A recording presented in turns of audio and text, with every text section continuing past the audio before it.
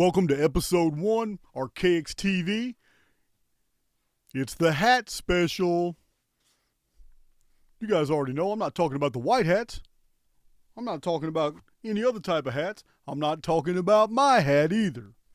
So, we already know from prior presentations, some of you also doing your own research, we already know that the reason the Muslim excursions into Europe were so wildly successful was because the local Jews had been taken into the communities of Europe, had opened the city gates at night multiple times to allow Muslim invaders to come in and attack Christian European cities.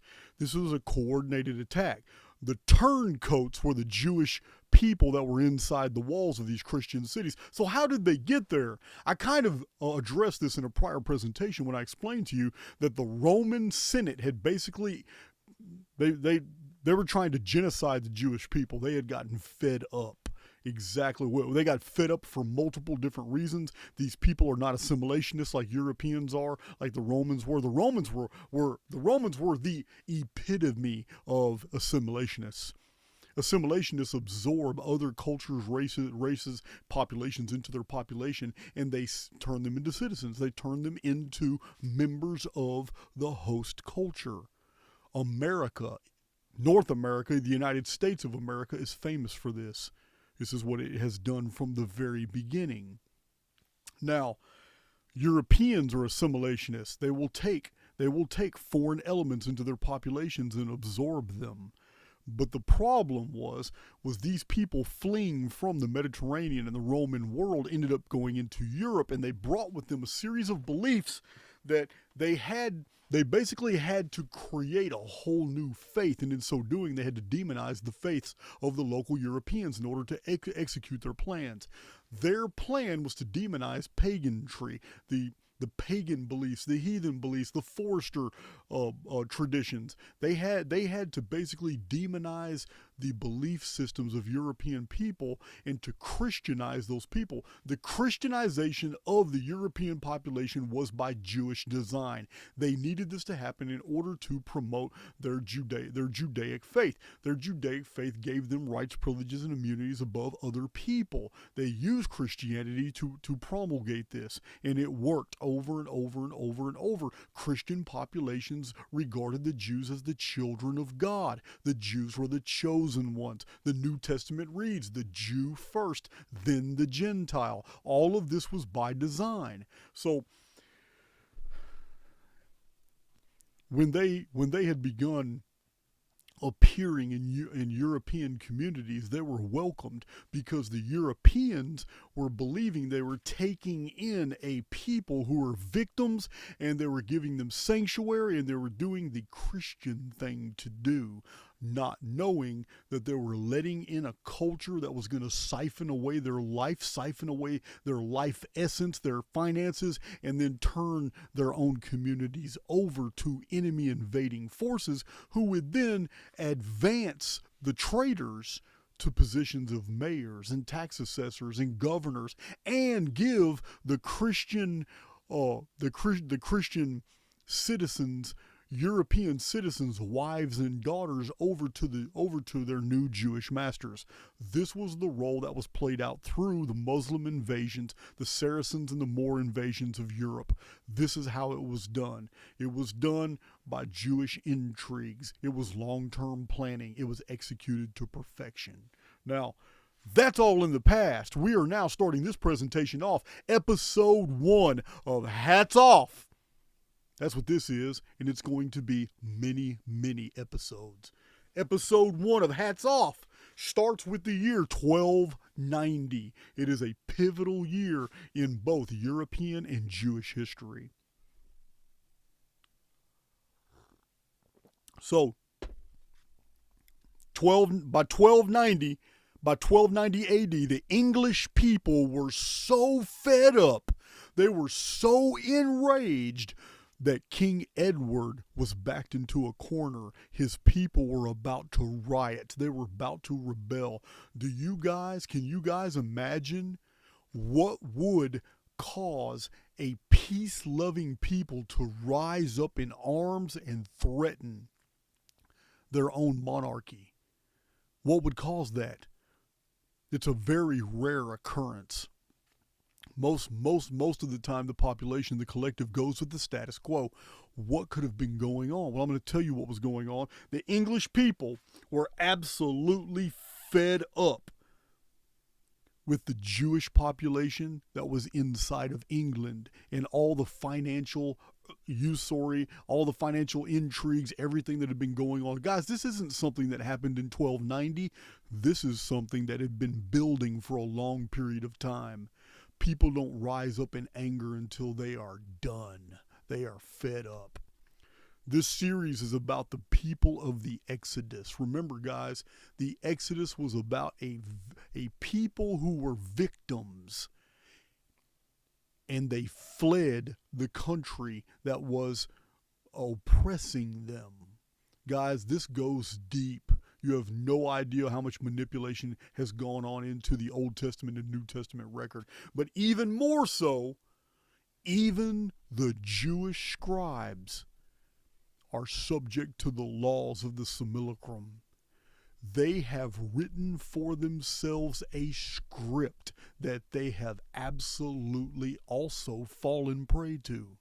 And they have repeatedly become the victims over and over and over and over of populations that have become fed up with the practices they employ inside those populations.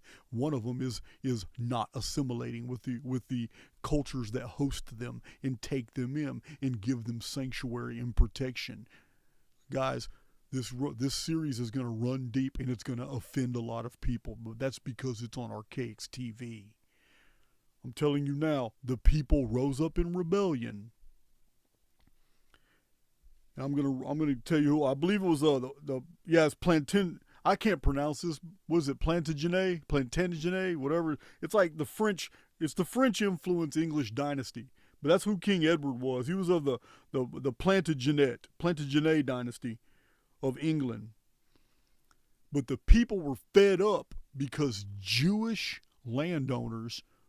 Jewish moneylenders, and Jewish bankers had literally bankrupted England. Yeah, guys, this isn't me making this up. This is in the historical record. And it goes deep. King Edward was under pressure by the people who accused the Jews of exploitative financial practices related to their dominance in the banking business. The Jews already dominated the banking business 800 years ago.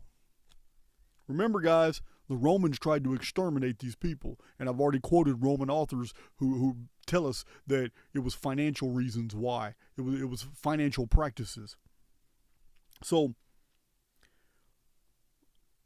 this is what had happened. The Jews demonized him later, but I'm going to tell you that in a minute. Tell you all that in a minute. So the king had to give in to the people. I mean, his country was bankrupt anyway. What did he have to lose? So he enacted what was called the Edict of Expulsion. Guys, this is not the first. The Edict of Expulsion of King Edward. It resulted in 16,000 men, women, and children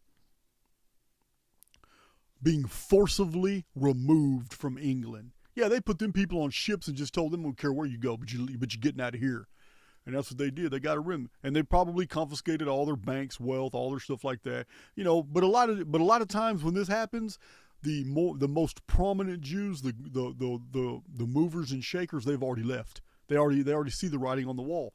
This is what happened with Nazi Germany. Over and over and over, the prime movers and shakers in the Jewish world, they already know the writing on the wall, and they see where events are going. They have already pulled out their assets and resources, money and all that out, and then they let the local Jewish population that is basically poor or bereft or middle class, and they let them over and over and over. This has happened, and they let them fall victim to the host nation that's finally enraged when the real true guilty perpetrators have already fled the country.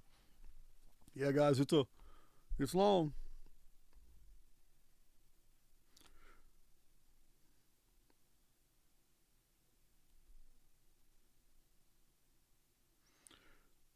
So the King Edward also, with the Edict of Expulsion, King Edward also enacted the House of Lords. It's like a parliament where introducing many legal reforms. And instantly, King Edward, this is how they work. But the media of Europe, I'm talking about, they demonized the shit out of King Edward. Talking about they went in deep into his family line, pulling out all the negative stuff. They said he was this and he was that. He was an evil SOB. He's bloodsucker. He's all kinds of things. But all this is propaganda, guys. When you read these historical texts about King Edward and all that, his own people didn't say all this. They didn't say all this. They're just demonizing. So King Edward had his court review the situation, and the Edict of Expulsion was actually his best course of action after reviewing the facts, because he saw no peace with his people if he didn't expel the Jews. So you have to wonder, how bad did it really get that a whole English population had risen up against its own court and king and threatened them if they didn't deal with this problem. And the problem wasn't a large one; it was 16,000 people. So how much had they fleeced from the English people before this had happened? So, but what it did is news began filtering in across the English court. Across the European courts, in Prussia and in all the German nations and in all the Romance nations, Italy and France, Old Gaul. From court to court, the nobility were being informed that King Edward had kicked the Jews out. And you have to understand what this has done. In the year 1290 and 1291, European nobility were beginning to wake up to this problem. They realized, holy shit, we've been totally, absolutely infiltrated. And they all realized that King Edward had set an example. The Edict of Expulsion was not just something that happened in England. It started it actually gave justification for the other European courts to begin doing the same thing when they realized what was really going on. How is it that for the past 200 years this dynasty has not made any money? You know what I mean? Different countries going, how is it that I can't even pay my own army? How is it that all these foreigners, all these Jewish populations are doing so great and so well, and everybody's got food and clothes, and everybody's got their little businesses, and they all got little prestigious positions as tax assessors, tax collectors, as land agents, as money changers, bankers, different agents of the king. How is it they got all these little posh positions and none of them are really doing any labor? How come there are no Jewish farriers? Why aren't there any Jewish farmers? Why aren't there any Jewish metal workers? How come there's no one in the armory that's of Jewish pedigree? Why are there all the scribes are Jewish? Why? Why are all the librarians Jewish? Why are all the messengers began waking Europe up? That, whoa, we have been absolutely infiltrated, and to our detriment. And there were some European rulers who absolutely defied Christianity because they realized what it was. And that the New Testament was specifically written taking the best ingredients of all the mystery schools, the best ingredients of all the philosophical, all the Neoplatonic, all these things, not like I said, I've said this many times, Christianity is a soup made of all the best ingredients, but it had to be because of what it truly promotes. Jewish superiority. And over this is shown throughout the New Testament teachings. So there were Europeans waking up now. 1290 literally begins this history of the Exodus people, where they're now beginning to suffer what they wrote in to their own fictitious histories. Yeah.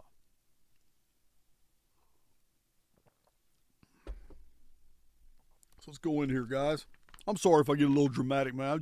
I love history, and I love the fact that I've learned so much about it, and it just discourages me the more I realize just how little most people know about our own histories and how we got to the state of affairs that we're in today. Because I'm telling you guys, by the time this series on the people of the Exodus, hats off, ends, you're going to understand exactly how we are, where we are today in 2023, and by the time this series ends in 2024, you're going to know with perfect clarity how the world got to the state it's in. So, let's see, are we done with 1290? So yeah, and let's see, here it is. As history is rewritten over and over again by authors submitting their research to Jewish editors in Jewish publishing houses of Europe and America since the 1940s, the reasons that the European monarchs expelled the Jews so many hundreds of times over a 15-century period is altered, edited, and omitted. This is why you don't know this history. The Edict of Expulsion was enacted on November 1st. November 1st is the ancient Day of the Dead. November 1st is the day of the Nemesis X object. And many of these Jews would relocate to Spain, where exactly 202 years later, on the exact same day, the Spanish crown would expel the Jews in the year 1492. What? In the year 1492, the Jews are expelled from Spain? 1492 is when Columbus discovered America, right? Wrong. Cristobal Colon was Jewish. The history was completely fiction. It was invented to cover up what was really happening. Most of you don't know, Cristobal Colon, the Jew, set sail from Spain the exact same day the Jews were being expelled from Spain, from the same port by the same dynasty. We're going to get into that. Not in this video, that's too far into the future, but we're going to get into that too. 1492, another edict of expulsion from Spain. But look at this, it's only 202 years later. So we have an exodus of Jewish people leaving England because they've been implicated in financial crimes. They're expelled. No jury, no imprisonment, none of that. No forgiveness. You're gone. They got rid of them. Many of them end up in Spain. Didn't even take long before the Spanish were fed up. And they expelled them for the exact same reasons. But we'll get to that more because there's more to that story.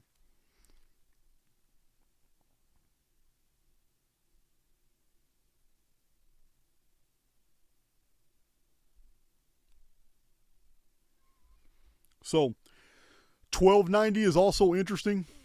It's a sad day for the Scottish people.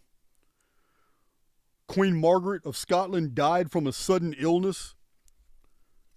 And the fact that it was 1290 when the Jews were expelled, that Queen Margaret of Scots had died, actually shows that it could have been a political poisoning, because this put King Edward into a greater power.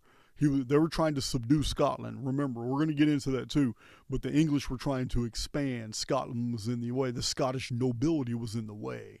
So I'm not the only one to theorize that this was probably a political poisoning. Because it literally, I mean, we have to judge things by their effects. It's not a coincidence that her death ended the Scottish royal dynasty. There's no coincidences here, guy. Now, incidentally, the year 1290, the calendrics are very interesting. Remember, guys, this is still a Chronicon study. Basically meaning that I'm going to show you the chronometry, because events are always verified mathematically. Remember, I'm telling you guys all the time, if anything is true, it can be seen from multiple different mathematical vantage points. We have to maintain that tenet. So this isn't just about the tiny hats, it's about the calendars and what they convey to us about these events that are unfolding and the world events that are happening at the same time. This is why this is going to be a long series, but it's going to be a series that is going to open your eyes up to the world you live in and how in depth these histories really go. So the year 1290 is 5184 Annus Mundi. 5184 Annus Mundi is exactly the 2220th year of the divided kingdom chronology, when the 10 nations of Israel divorced Judah, the Jews, and it became the divided kingdom. Now, this is 2220 years, which also happens to be the year 1290 AD, which is precisely 54 Jubilees. That's half of the magic number of 108. This is 54 Jubilees. Each Jubilee is 50 years. It's 54 Jubilees after the year 1411 BC, when the Israelites defeated the Amorites and took their lands of Argob and Bashan, and the Israelites and Jews of the Exodus actually settled in a homeland, Palestine. You know it, well, Canaan, but you know of it as Palestine. The number 5184 Anno Mundi, since the great Adam and Eve reset pole shift that caused the new heavens and new earth, because it was so destructive, this is 5,184 years, or precisely 864, the foundation number, times 6. 864 is 144 times 6. So it's 144 times 6 times 6 is 5184. For those of you who don't know what I'm talking about, my book Anunnaki Homeworld goes into a lot of detail that the Sumerian sexagesimal system of 60 seconds, 60 minutes, 24 hours, and all that, it's produces the number 864, 8,640, 86,400, and 864,000 days or units. And these are the numbers of the construct itself. This is why those same numbers are found in Sumerian reckoning ages. They're in all the Yuga systems. You will find that there is a Yuga that is 864,000 years, which is actually days, all divisible by the sexagesimal year of 360. So this is 1290 was a terrible year. 1290 was a terrible year for China, the Far East. They lost at least 100,000 people. You know, in the Gulf of Chile, I don't know how you say it, but it was an earthquake that had happened. But this was 1290 when Europe was essentially shook awake by the Edict of Expulsion. And what I mean by shook was that the European nobility realized, damn, we've been ignoring this problem as we financially get weaker and weaker and weaker, and we haven't addressed it. King Edward addressed it, kicked those people out. We have those same people in all our countries too. But additionally, it also woke up the Jewish population, because they had the most sophisticated international communication system the world has ever seen, because there were Jews in every European country that could speak the local languages, and the Jews could communicate with themselves everywhere. This gave them a tactical advantage over the European people, the Middle Eastern people they manipulated, and the people of Persia. You know of it, of Iran, where the exilarchy was situated. The exilarchy is the ruling body, like the Sanhedrin, the ruling body of the Jews. It wasn't Jerusalem, it was in Persia. So let's go to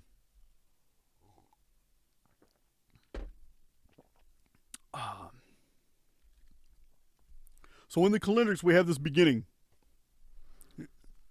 And this these calendars are going to get more and more interesting as this narrative unfolds. So in the year 1291, the very next year, the English don't wait. You guys know the story of William Wallace. William Wallace, they made a movie about it. You guys know Mel Gibson. It was a very good movie. It's a very accurate depiction that stuck with the historical details, for the most part, on William Wallace, Braveheart. So this is when 1291 is when this story began to unfold. William Wallace was of Danish-Scottish ancestry. He was 6'7". He was recorded to be 6'7" tall. That's huge. He's a giant of a man. So, he began a guerrilla campaign against the English occupation forces in Scotland. You got to understand, the Scots weren't just laying down just because their queen had been killed. They believed their queen had been poisoned. So they weren't just laying it down because the royal Scottish line was dead. No, they instantly began to defend themselves, even though the English had sent troops to occupy parts of Scotland. So his daring acts and campaigns endeared him to the people, and he is the greatest of all heroes of Scottish memory. Wallace was already famous before he fought and defeated the famous pirate Red Rover. Y'all remember that? Man, when I was a kid, in the swimming pools with Marco Polo, you remember that? We also used to sing a song, Red Rover, let such and such come over. Yeah, that's an old kid's nursery rhyme song. Because Red Rover was a pirate, and he would go back and forth, and he would intercept shipping between France and England. So, yeah, Red Rover, let Jason come over. Yeah, man. So also in the month of May of 1291, an Arab army destroyed the Christian city of Acre. It's Acer or Acre, led by the Egyptian Sultan Khalil al-Ashraf. Now, this is a pretty sad story. This is a sad story right here. It's the Arabs were being civil. The Muslims were being civil, like they had done many times. And they had offered an out to the Christians and just told them to leave and open it, because the fortress was impregnable and it was protected by Knights Templars. So the Muslims knew, we got a problem if we try to take this, and it's going to be a long time if we try to siege it. Europe's just going to send a backup army, and then we're going to have to deal with them too. So they just basically say, you know what, man, we're interested in taking back our city. We want our city back. But you know what? You can go. And in the past, these things went well, but something went wrong this time. The Templars and the other knights and Christians, they got together and they decided to leave. As they were leaving the citadel, some Muslims started groping some of the Christian women, and the Knights Templars had zero tolerance, and they began hacking into the crowd. And word spread to the Sultan that this violence was erupting, and it just became all-out slaughter. Every Christian man, woman, child, and knight was killed. So, yeah, it was pretty sad. They got slaughtered, and yeah, dark stain. It's a pretty dark stain. But in the year 1293, just 2 years after that, Roger Bacon died. Roger Bacon, I've quoted him a few times. He's also in my Chronicon. Roger Bacon was a very learned man. Roger Bacon was very interesting writings he was left behind. So, also, Kamakura, Japan, an earthquake killed about 20,000, and that was in 1293. This is within 3 years after the Edict of Expulsion. The Edict of Expulsion in England with King Edward. So in 1294, we have another event that spread across Europe like wildfire. And what's interesting is this is precisely the 2,700th year of Israel. That's 900 plus 900 plus 900 years. This is the 2,700th year, 2700 of the year of Israel. Year of Israel began 1407 BC. Now, this is 1294. Kublai Khan died, leaving no successor to the Mongol Empire. This was really interesting because the Mongols were a constant threat to Europe at this time. This is also the year 2046 of Rome. Year of Rome 2046. That was in 1294. For 2 years, we have some relative silence and peace. Not a whole lot's going on. But in the sixth year since the Edict of Expulsion, in the year 1296 AD, this is when events begin rolling. This is when things really start catching up. And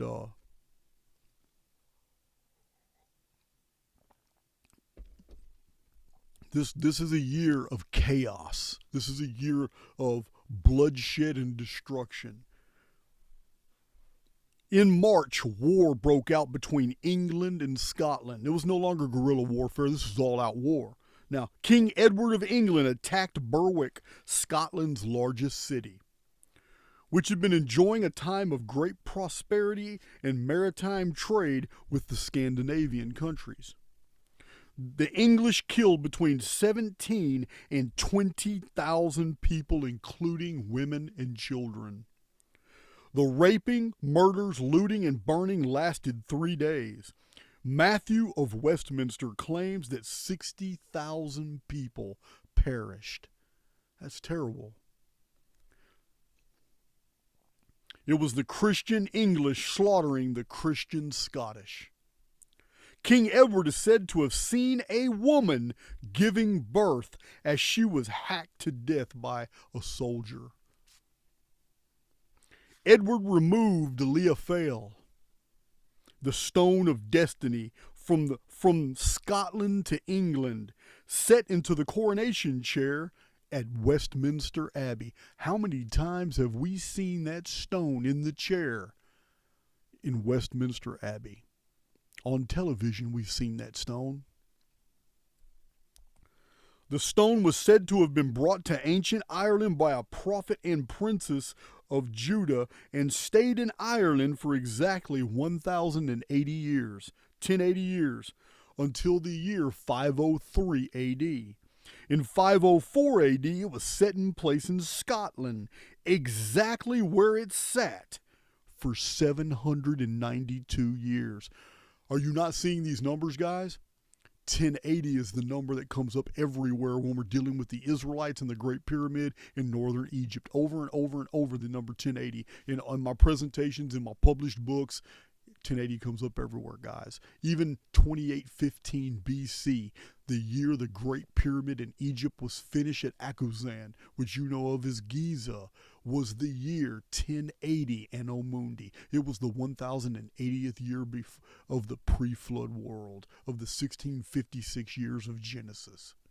So, and now, it stayed in Scotland for 792 years before it was removed.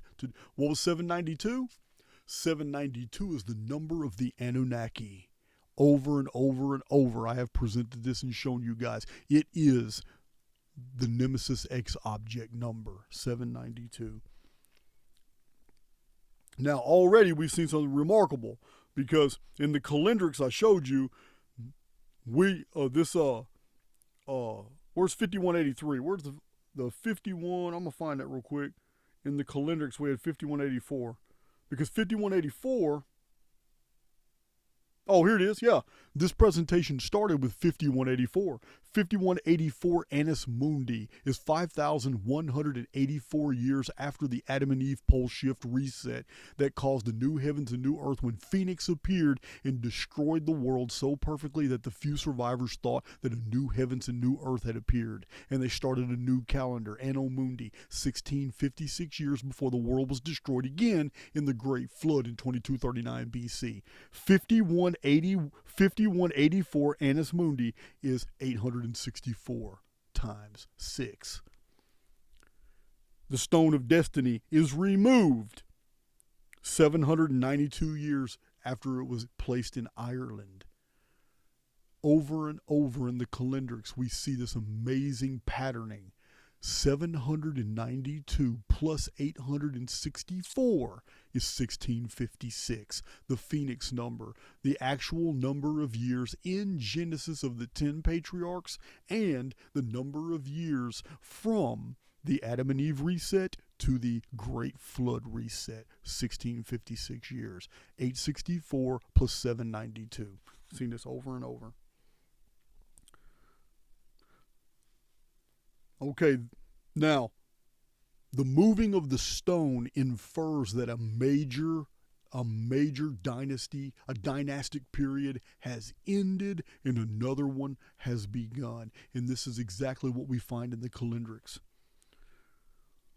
Some hold that Edward was duped and that the real stone was replaced with another. The original Lia Fey was said to be covered with inscriptions. We don't know if that's true or not. We have no idea. But this is exactly what the Scottish would say, if smarting over the fact that they had lost Lia Fey, or however you say it. However, excuse me, this was the year, or this was actually 2016 years after the last of the 10 tribes of Israel were deported to Assyria in 721 BC. 2016 years is 1008 plus 1008. There's your 108 factoring again, all over again. But the calendrics to this event is astonishing because 1296 AD is a Fibonacci number. It is divisible by 72, the precessional number, and 144. But what's interesting is it's 770 years. Wait a minute. I don't know what that means. Oh yeah, it's 770 years since the Anno Domini calendar started. Remember, it started by Sosigenes in 526 AD. In 1296, this invasion of the English into the kingdom of the Scots to take Lia Fey, the stone of destiny, away after 792 years. The fall of the Scott dynasty to the English happened in the year 2040 of the post-exilic chronology. This is 2040 years after post-exilic. Hold on, I'm going to have to give that to you real quick. This is the Jewish exile.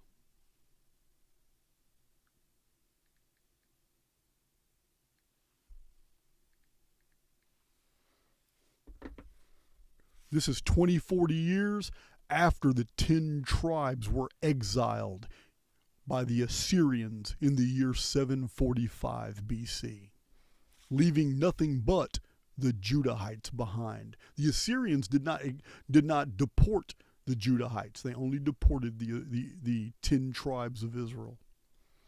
That's the year 2040. So we have some pretty interesting calendrics here, but it's only going to get more and more interesting as we go on. Just like this coffee keeps getting better and better tasting. I got a buddy that just moved from Alaska to Willis, Texas. And his wife and kids will be here pretty soon, probably within a month or two. And he's just moving the stuff from state to state. And he brought me some Alaskan coffee and 3 Harley Davidson shirts from Alaska. That's awesome. We went to dinner. We went out to dinner with him the other night. Can't go wrong with Harley Davidson, guys. 1903. So, 1297 AD. Nothing really interesting in the calendrics that I can see. But William Wallace, Braveheart, he led the Scottish resistance at the Battle of Stirling Bridge. The English army under King Edward I was one that had never been defeated, full of veterans from the wars in France and the Holy Land. Edward had 50,000 troops with 1,000 horses cavalry with contingents from Ireland and Wales. A second English army, over 8,000, joined them. Edward invaded confidently, expecting a weak resistance. But the Scots had hardened from 7 years of English oppression. With an inferior force, the Scots defeated the English and routed their army entirely, butchering them as they fled. Within a month, Wallace rid Scotland of the English, recovering almost all of her castles. In this year, Braveheart became the sole ruler of all of Scotland.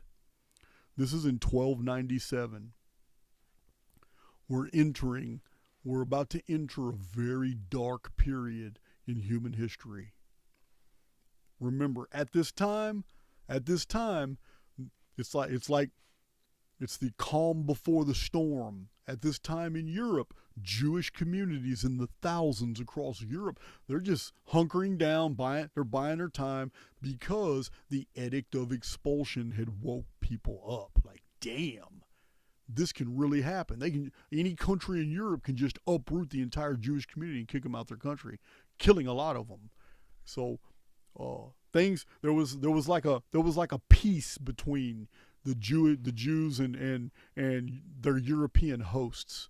And I believe it's probably because these people are very intelligent, they're very smart, and they knew to lay off. You know what I mean? And what I mean lay off is what they were accused of doing over and over and over and over and over was coin clipping.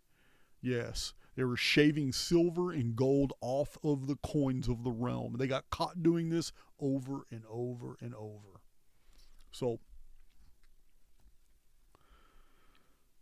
the year 1298, 8 years after the Edict of Expulsion, 8 years after King Edward basically declared war on Scotland by probably poisoning their last queen, and then invading, and then expelling all the Jews. King Edward I, in 1298, 8 years later, we have some amazing calendrics. A comet is reported by the Europeans, and for the period of 1298 to 1314, this is 16 years, Europeans and those in the Far East reported a series of 7 distinct comet or comet-like bodies, plague mists, strange omens in the skies, earthquake activity. These things also reported in the Middle East and as far as Africa. In a Genoan prison, the traveler Marco Polo told his adventures to and back from China to a writer named Rustichello, who then produced a book, Descriptions of Marco Polo's Travels, which ignited the imagination of Europe. I have personally attacked the integrity of the historical veracity of Marco Polo's travels, for the simple fact is he never mentioned the Great Wall of China, and had he gone to that distance, he would have come into contact with that structure.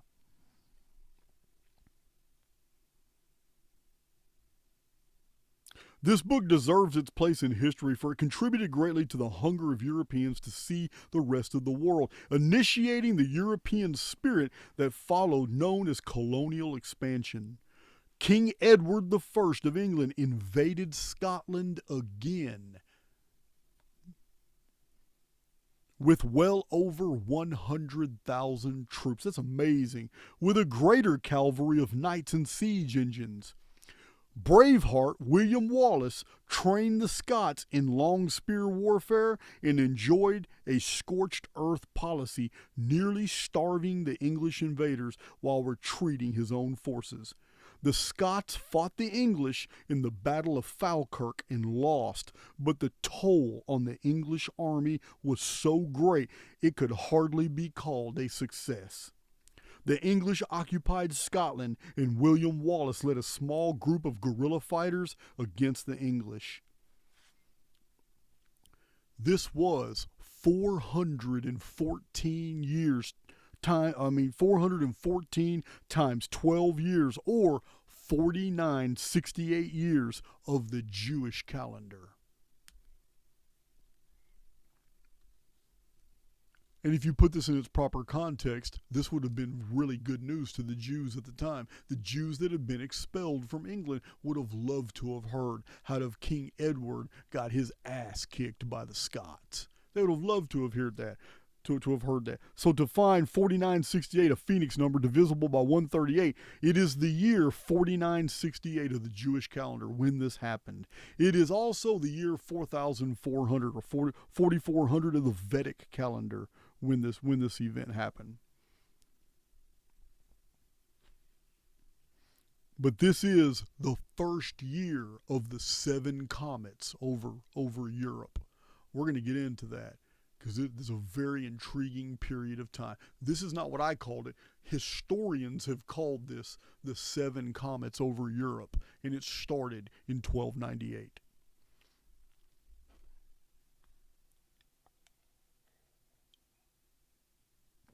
So, an interesting note here is that the greatest crime King Edward I committed against the Scottish was the theft of their history.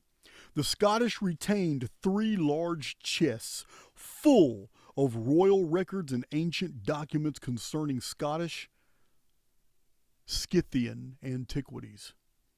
Edward confiscated these records, and they have since been lost, and no one knows what happened to those 3 chests.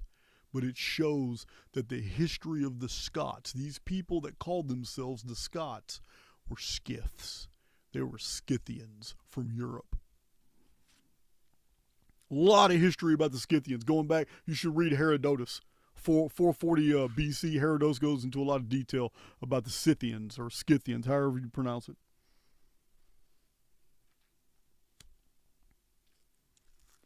1300 AD. 1300 AD, the 10th year from the Edict of Expulsion. The approximate date for the disappearance of Chaco Canyon culture in the United States, a people who left abandoned cliff dwellings and settlements due to a sudden drought and the sterility of the land. The entire period from 1298 to 1314 and even later was one of worldwide climate changes and astronomical activity as seen experienced from Earth. This came from a reference book called Great Disasters. 1300 AD is basically telling us that they were having some really bad problems in the Americas at this time. The Calendric says this as well. This is the year 2052, year of Rome. It is 1344 Roman Julian, and it is 1244 Saka calendar. What that basically means, first of all, 2052 in the Calendrics is a terrible year, especially it's the return of the 7 kings. It is the return of the dark satellite in the apocalypse period, which is interesting because here it's 2052 year of Rome. Well, Rome was founded by the 7 kings. Rome was founded by Romulus. Romulus founded Rome on it was basically a tract of land called the 7 Hills, and the Roman monarchy was 7 kings before it became a republic. 1344 in the Calendrics, this is 1344 Roman Julian, but 1344 is the number that comes up as the Adam and Eve reset, the great phoenix appearance that destroyed the world in a pole shift that had the survivors believing a new heavens and new earth had been created. That was the year 1344 of the Anunnaki timeline, which began in 5239 BC. 5239 BC minus 3895 BC for year 1 of the pre-flood world was 1344 years. The Calendrics tells us a lot what's going on. And in here, we're seeing that something terrible happened at this time in the ancient Americas. Not so much ancient. This is 800 years ago. But that's what happened. But in 1301, a comet appeared that, according to Europeans, was very spectacular to behold. That was in 1301. Remember, this is the period of the 7 comets over Europe, and it just gets worse and worse. So in 1303, we have a violent earthquake in northern Egypt that toppled the remains of the Pharos Lighthouse. The Pharos Lighthouse was one of the 7 wonders of the ancient world. It was very tall. From the top of the lighthouse, There was a mirror and magnifier type apparatus up there where enemy ships could be burned by a solar laser from the top of the lighthouse. Yes, a sunlight could be used, focused and concentrated on wooden ships and burn their sails and their hulls. So that's the Pharaoh's Lighthouse. It was famous. Very tall. It was like a high-rise building in the middle of the sea on an island. Earthquake finally brought the ruins down. So, 15 years from the Edict of Expulsion. 15 years is the year 1305 BC. It is the 7th year of the 7 comets over Europe. William Wallace, Braveheart, was captured and paraded naked through London and sentenced to die 3 times by a court picked and allied to King Edward I of England. A crowd of English and visitors watched as Wallace was hanged until almost dead. Then he was revived. Then he was castrated, having his genitals cut off. Thirdly, he was eviscerated. And while still alive, he had all of his intestines and organs removed. In the words of historian James Mackey, King Edward committed the supreme folly of giving the Scots a martyr, and that made them a nation more securely than a decade of oppression. That's a quote from the book William Wallace, page 266, quoting historian James Mackey. Mr. Mackey sounds like he's Scottish. Now, the following year, Braveheart's been killed, but that lit a fire in Scotland. And now, 1306. It is the year 5200, the ultimate calendar round. It is the original number of the Mayan long count, which was 1,872,000 turnings of the stars, equaling our days, divided into 13 epochs called Bactons, each one being 144,000 days, for a total of 1,872,000 days from the beginning of the calendar to the end, which is precisely 52 centuries. On a 360-day Sumerian sexagesimal year, it is precisely 5,200 years. That's the Mayan long count, the original count. Here we have 5,200 years, the calendar round, Annus Mundi, since the Phoenix pole shift of Adam and Eve, the new heavens and new earth, 3895 BC, year 1 of the pre-flood world. We have 5,200 years to 1306 AD. It is on the Jewish calendar 4976. If I recall, that's divisible by 434. Nope. 4976. Oh, there it is. Okay. So, this is the year 4976 Jewish calendar, which is divisible by 1244. Over and over, I've shown in my presentations and my published books in Chronicon, 1244, which is 622 plus 622, is a number very connected in space-time, in all the calendar systems, to the Jews and to Israelites. And it holds no less truth here. Here we have, as a matter of fact, 4976.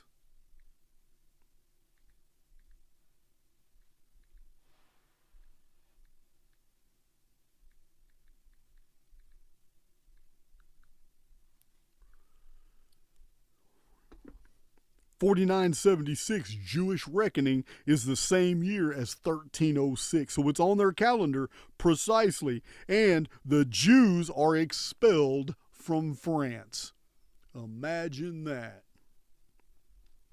Robert the Bruce is made King of Scotland at Scone. Dante Alighieri began composing his epic work, The Divine Comedy, all in this year, concerning a pilgrimage to hell. he would continue writing it until his death in 1321. Now, 2 books in my bibliography right here I'm going to have to plug real quick. The Jews are expelled from France. This is the 16th year from the Edict of Expulsion by King Edward. Excuse me. That's talking about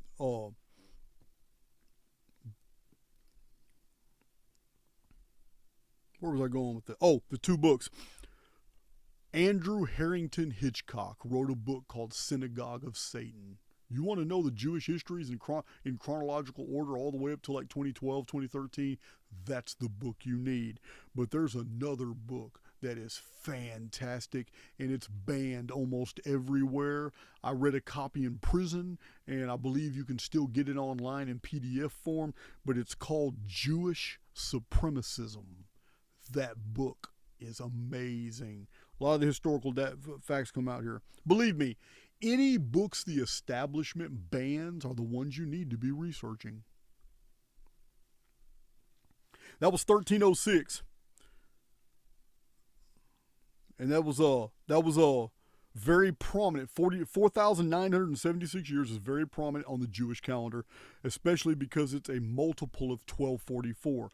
1244 on the Jewish calendar. Let me go real quick. There's all kinds of things that are interesting about that number. Let's go to 1244 BC real quick, because I remember it meant something. So this book is so big, I might not be able to make it. All right. 1244 BC. Okay. In this year occurred the first overseas Israelite civil war, known as the Seven Against Thebes. 120 years earlier, the Israelite Danaan flooded into. Okay, this is the seven against Thebes. Yeah, that was the Israelite war.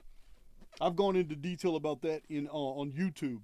I have a YouTube video called the Seven Against Thebes, and it happened in the year 1244 BC. But even more so, 1244 has deeper calendrical deals than that. I just have to remember. I'm gonna have to get separate books, guys. This is just I have all of Chronicon in this one book, and then all the notes, Chronicon notes, in another book even thicker. But I can't turn anything on this. I'm gonna have to get something different than this. It's just too big. This is Chronicon, guys. The only place I have Chronicon where you can buy it, so you can go through it and you can print up your own pages, is in the Super Pack. You can get the Super Pack on Podia, or you can get I forgot. I haven't even advertised it yet. I totally forgot. We had about 50 of them made, but I don't know. I'll get around to it. I'll advertise it soon. But we have a whole new thumb drive with the Super Pack that has been upgraded with all the latest year's worth of new stuff on YouTube, all the new images, everything. I save everything for every YouTube video. All my images, the little things I show, quotes from books, pictures, photographs. All the Super Pack has been upgraded with all the new stuff from the last year, and the Survival Pack has been upgraded with thousands of more images, and I combined both of them together. There's no sense trying to sell them separately. It's too much of a hassle. I just combined both of them together, the updated Super Pack, updated Survival Pack, and I put them on the same drive. And I'll advertise it later. I've got so many of these drives already made. Big John's been helping out with a bunch of the copying and all that. I just haven't had time to advertise all this. So 1244 was also connected to the Exodus event. There's so many correlates. I need to have an index designed to where every time you see the number 1080 anywhere in Chronicon, it'll give you every single place in the calendrix 1080 appears. It would shock you. It would blow your mind.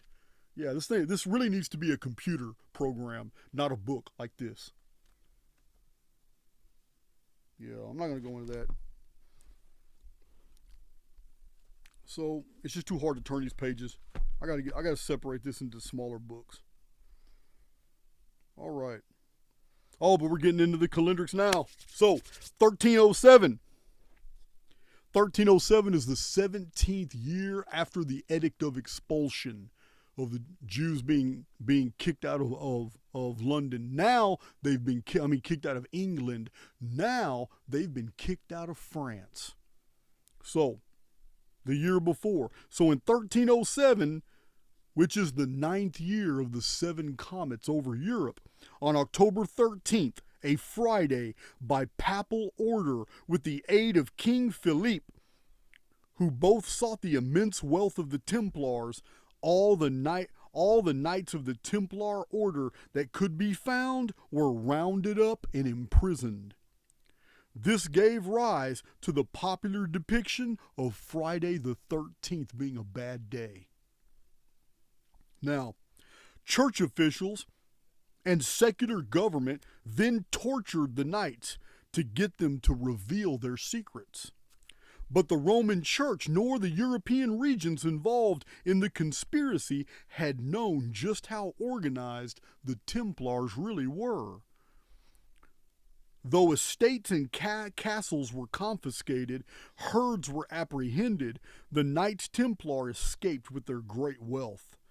The escaping knights had one of the greatest navies around, and their fleets were made up of knights and crews from Portugal, Spain, France, and Scotland, and they were patrolling on the high seas after this date, after this treachery. A lot of people don't know this. After this treachery of the Pope and King Philippe of Spain, basically conspiring to steal their wealth, the Knights Templar. The Knights escaped by ship, and they took to the high seas, and they took off their Knights Templar sails and their flags. And they began flying what's known as the Jolly Roger. The skull and bones became the new symbol of the Knights Templar. And under the skull and bones, they began hunting all the Spanish and the Papal ships. They became organized pirates. That's what happened. The Jolly Roger became the dread of all European shipping. A black flag with a skull and crossbones. The flag was named after Roger II of Sicily. Roger II of Sicily was 1095 to 1154 AD. He was a close Templar associate and benefactor of the Templars during the Crusades. That's where the pirate flag, the Jolly Roger, that's its origin. That's where it came from. And the Templars became the new pirates. This new pirate fleet cost the Roman Catholic Empire more money than they had ever confiscated from the Templars. It was the worst decision the Pope could have ever made, was fucking with these people. These Templars put a hurting on the Vatican. A curious fact is mentioned by author David Hatcher Childress in that within a generation after the dispersal of the Knights Templar, the ports of Europe were filled with maps of all the coasts of the world, portolans, and navigation secrets that had been priorly guarded. This is an interesting comment. This is a very interesting observation. The reason I say so is because the Knights Templar were guarding the interests of both the Vatican and the kings of Europe, and they were protecting the trade routes. They were protecting the not just by land but also by sea. So information about island chains that could be used as stopovers to get over to the Americas would have been a state secret. It would have not been made known to the merchant guilds, and it would have been militarized. This is very interesting. Because once the Knights Templar were no longer in order but had been reduced to a pirate fleet, now all of a sudden all this information that they had guarded, they had made public. Now maps that we have now found, maps that show Antarctica free of ice, all these different maps and stuff, now all of a sudden they're released to the public. Everybody's got them. It's a very interesting comment. It's an awesome observation he made because it's very relevant. That would never have happened if the Vatican had not conspired to steal the wealth of the Knights Templars.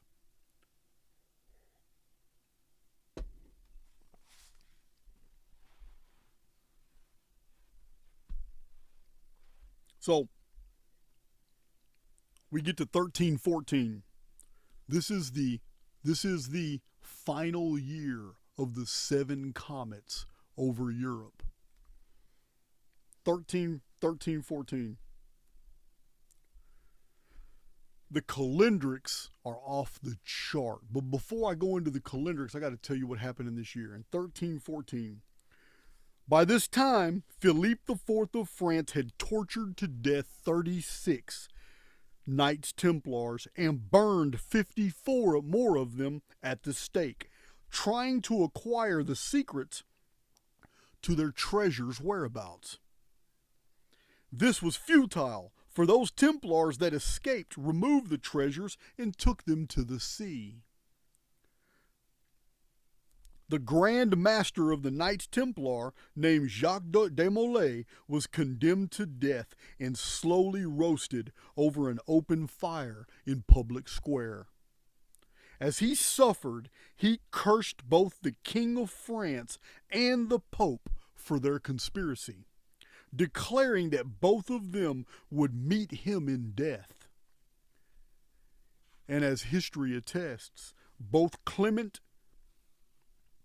Pope Clement and the king died a month later of dysentery. He died a month later of dysentery, and King Philippe died 8 months later. That's really interesting. That man's informed field was empowered by the pain of that fire when he was being slowly roasted to death, and all he was doing was building a picture of his mind of the death of the Pope and the death of the King. He built that in his informed field, and it was the last thing he was thinking before his mind was overcome with agony. That's what happened, and it became a part of their informed field, and they died. That's very interesting.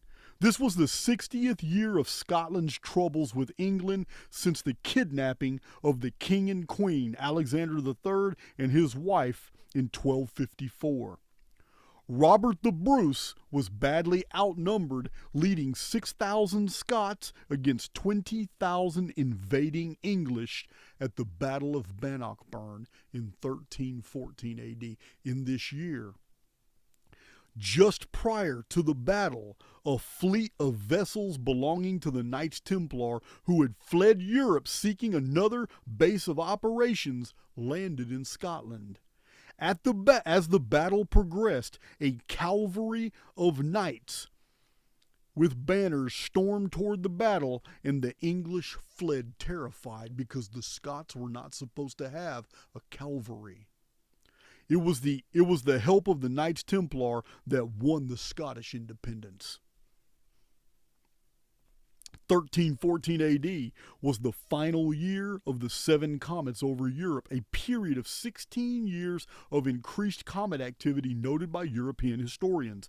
The 7th comet-like body is described by chroniclers as an awe-inspiring blackness. It wasn't a comet at all. At all. I'm going to tell you what it was. It was the Nemesis X object. 1314 AD is perfectly on the 792-year periodicity of Nemesis X, going back thousands of years. 1314. They saw the Nemesis X object. People reported unusual mists of poison, and it was widely accepted at this time that these death mists were descending from the sky and from passing comets. On the other side of the world, in China, the sun darkened and the earth trembled and quaked. The historical record is precise, for this is the Nemesis X object passing through the inner system close to Earth, occulting the sun in transit exactly 60 years after it entered in 1254, which started the whole Scottish-English controversies. Let's see.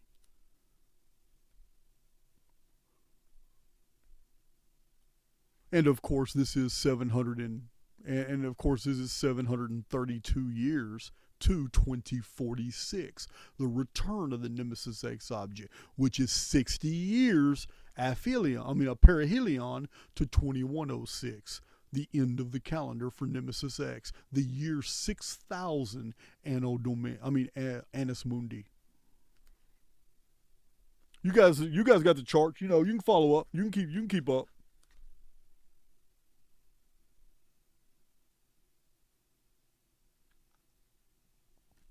So it was in this year of 1314 that Europe became aware of a new weapon that would revolutionize all warfare for the next 7 centuries.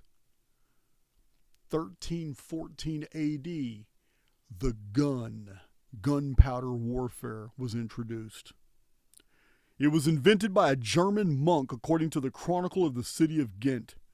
This curious year was exactly 4416 years into the Vedic calendar, or 552 times 8 years, a phoenix cycle. 8 phoenix cycles. 8 is the number of new beginnings. 552 years is a phoenix cycle. Phoenix always marks an epic beginning and ending of something. So the calendrics for this year, the Nemesis X object appears right here.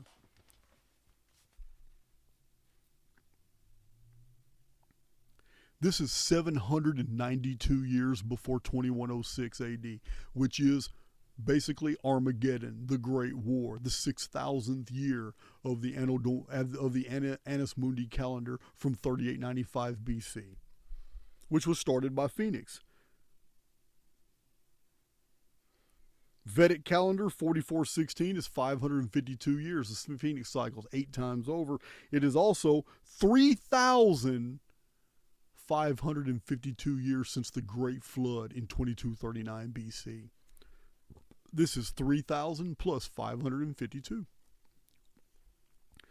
This is precisely 2760 years, 2,760 years after the Exodus in 1447 BC.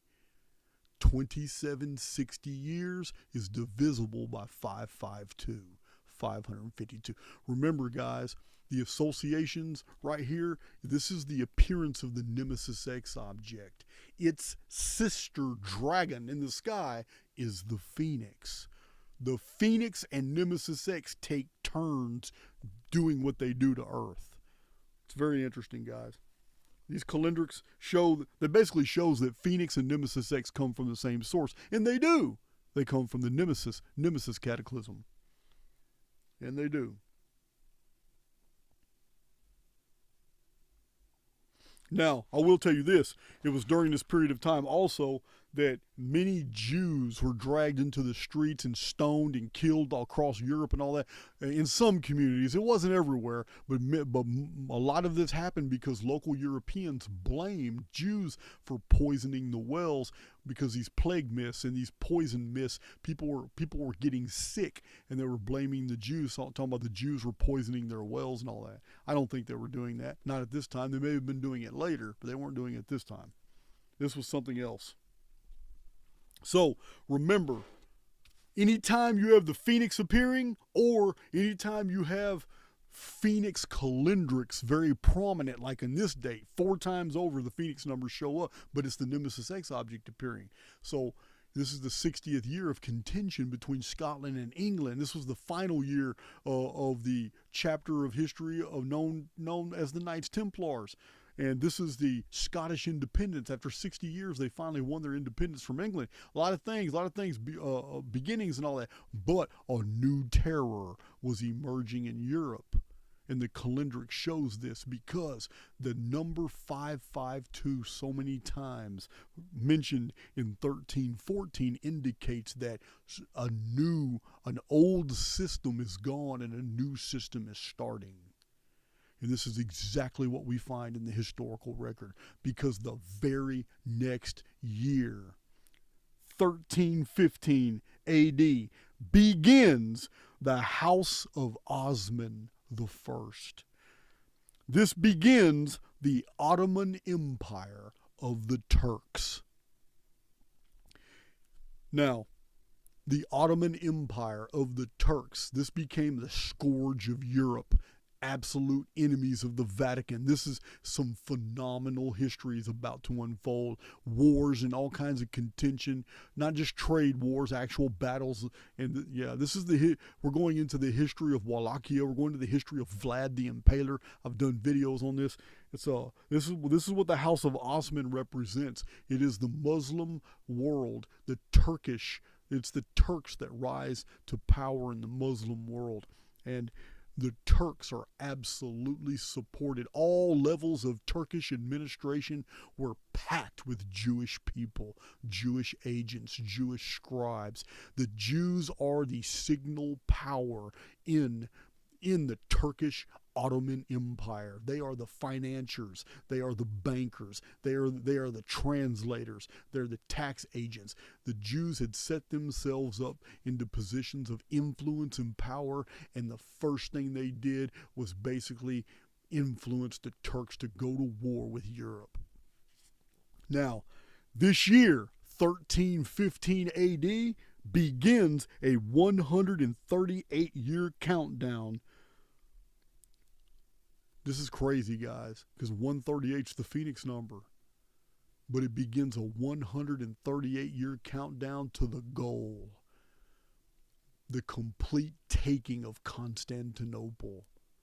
Constantinople was the goal. It was the Christian Eastern Orthodox Empire capital. Constantinople's the ancient Roman Christian world, and the Turks wanted it, and they got it, and they changed its name to Istanbul. But this is crazy how this began a 138-year countdown, 1656 months to their goal, showing that the calendrics don't lie. A major change was happening in the world. It was all indicated in the Phoenix numbers, Phoenix cycle numbers of 552. And then the very first thing is a 138-year countdown to the taking of Constantinople by the Turks. That happened in the year 1453 AD. They changed the name to Istanbul. Jason's not making any of this up. It's all in the historical record, very easily to verify. 1453 AD. The Jews succeeded in subduing the Christians using the Muslims like they always do. 1315 AD, the Great Famine of Europe begins, lasting to 1317, believed to have been caused by bad weather conditions. In the spring, there was too little rain. Well, no, there was too much rain, followed by continual rain in the summer and then in the fall. Bad harvests are reported throughout Europe, resulting in famine. This continues the devastation of the previous year, the appearance of the Nemesis X object. And in 1315 AD, because families in Europe couldn't pay, couldn't feed, couldn't do anything, children were abandoned everywhere throughout Europe.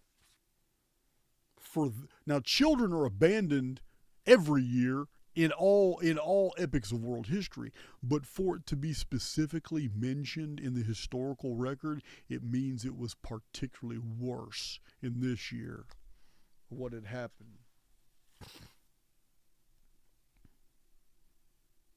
So, also, cannibalism is reported, and it is estimated that 10% of the total European population died. That's crazy. That's just so crazy.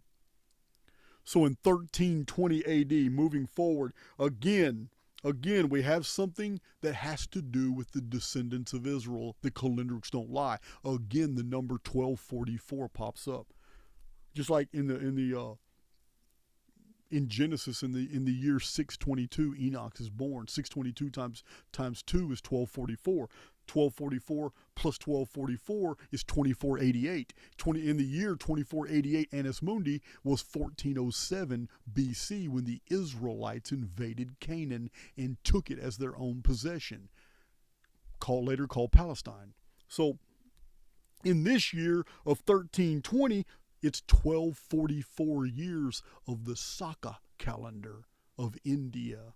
This too is an Israelite calendar. It's an Israelite descended calendar. It's also the year 1056 of the Coptic Christian calendar.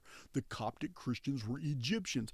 1056 in the calendrix is interesting because in the year 1056 of the Annus Mundi calendar, it was the year 2839 BC, the birth of Noah, who represented a whole new breed of people. In 1320 AD, in the Declaration of Arbroath, the Scots sent to the Pope. They declared that the Scottish people descended directly from the Scythians. They had lived priorly a while in Spain and came to Scotland, quote, 1,200 years after the outgoing of the people of Israel. This means that around 247 BC, the people who became the Scots settled in Scotia, Scotland, unquote. This is in a book by W.H. Bennett, Symbols of Our Celto-Saxon Heritage, page 114, by William Dankenbring. This is all very interesting, guys, because they came by way of Spain in 247 BC. Yeah. They knew who they were. I've got right here in Chronicon, I got a lot about the Scythians. So following the year in 1322 AD, this is 32 years after the Edict of Expulsion. The Edict of Expulsion, which basically woke up the European nobility as to their power of what they can do with the Jews. The reason the Jews, after that, the Jews calmed down. They realized, oh shit, we need to settle down.